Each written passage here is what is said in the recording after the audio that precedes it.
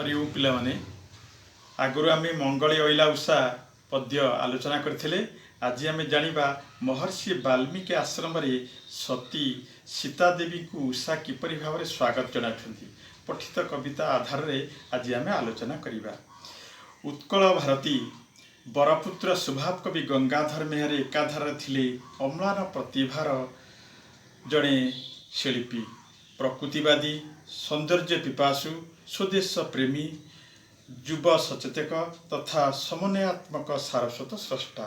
भाषा सौंदर्य, भावगंभीर्य तथा अंत सौंदर्य भरा प्रत्येकटी सारस्वत सृष्टि प्रज्ञार ऐश्वर्यमय आभा सुस्पष्ट जना जाए।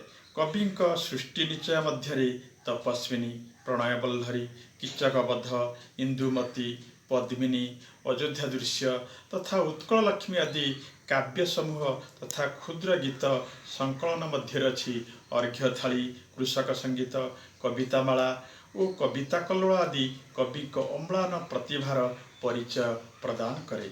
प्रकृति को मानव चरित्र भली उपस्थापन करिबारे कवि गंगाधरंकर सिद्धहस्तता प्रणिधान योग्य। सती सीता गभीर अंतर्वेदना और विषादित प्राणरी रात्रिजापन करिबा परे नव प्रभातरे शांत, शीतल, स्निग्ध, मधुर वाल्मीकि आश्रम और तत्सलग्न तपोवन उषा आविर्भूता होइछि सती माता को स्वागत जनैबा पाई। प्रत्यक्षदर्शी साजी प्रकृति पूजारी कवि नवीन उषार माधुर्य को आकंठ पान करिछन्ति।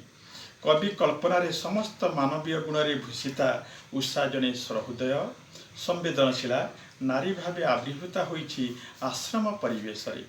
जगन्माता सीता को दर्शन करिबार अभिलाष नहीं उपहार हस्तरे उषा अपेक्षा करिछन्ति सतींक बास बाहर प्रांगण।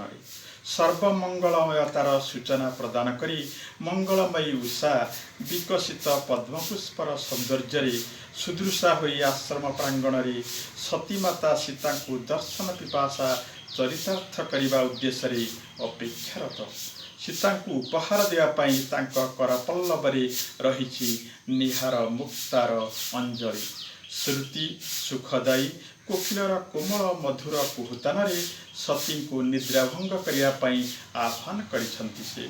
उषांक उपस्थिति रे आश्रम प्रकृति वेदमांत्रिक हो उठी। अरुण रागरंजित गौरिक वस्त्रावृत उषा स्वर्गपुरी मर्त्यावर्तन कर जड़े जोगेश्वरी प्राय रूप लावण्य उद्भासित हो उठी। शरीरर कांति सद्य पुष्पर राग, मुखमंडल अखंड प्रशांति प्राय रूप लावण्य बहन करिथिबा उषा सती सीता शोक जर्जरित चित्तरे नवीन आशा भरीदेवा वाल्मीकि आश्रम अपेक्षारत। नवीन तपस्विनी जीवनर अयमारंभ करने पारिपार्श्विक समस्त मांगलिक आयोजन करिछन्ति उषा।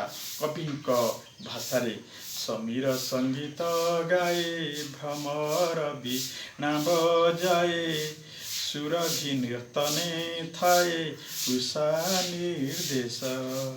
कुंभाटुआ होई भाट आरंभिला स्तव पाठ कलिंग इला पाट मागध बेसे। अति सुंदर चमत्कार ढंगरे कवि उपस्थापन करिछन्ति। जड़े दक्ष निर्देशिका भावे स्वागत संवर्धना पर्वर सफल रूपायन पाई उषा मन प्राण ढाई दैछन्ति। मृदुमंद समीरण स्वागत गीतिका गान करिछि। भ्रमरकूल वीणा वादन करी सही संगीतर स्वर मिश्रण करिछन्ति। छंद तोड़ी सुरभि नृत्य आरंभ कर देछि। कुंभाटुआ भट्ट भूमिकार स्तव पाठ करुथिबा बेले कजलपाती श्रेष्ठ स्तुति पाठकारी भावे सीता गुण कीर्तन करिछि और ललित मधुर स्वर रे सती को शଯ୍या त्याग करिया पाई अनुरोध करिछन्ति। जहा कवि भाषा रे कलिंग इला पाट मागध बेसे ललित मधुरे कहिला उठ सती राज्य राणी राति पाहिला सती सीता को स्वागत करने उषांकर सकल आयोजन आश्रमर शांत पवित्र अमृतमय मनोहर वातावरण में मंजुलता भरी देती। कवि लेखनी रे सती जेपरी समग्र प्रकृति जीवंत मानवीय रूप धरी पाठक सम्मुख में उभा होती। वास्तव में कवि लेखनी रे प्रकृति जीवंत हो उठी। उषांकर आगमन एवं वाल्मीकि आश्रम प्रांगण में उषांकर जो मंजुल वातावरण सृष्टि करछंती ताहा प्रणिधान योग्य। वास्तविक कविंकर प्रकृति जीवंत हो उठी। पिलामाने तुमे जहाँ सब शुणिल जानिल तुम निज खातार ये प्रकृति वर्णटा लेखिकी मते देखैब। धन्यवाद।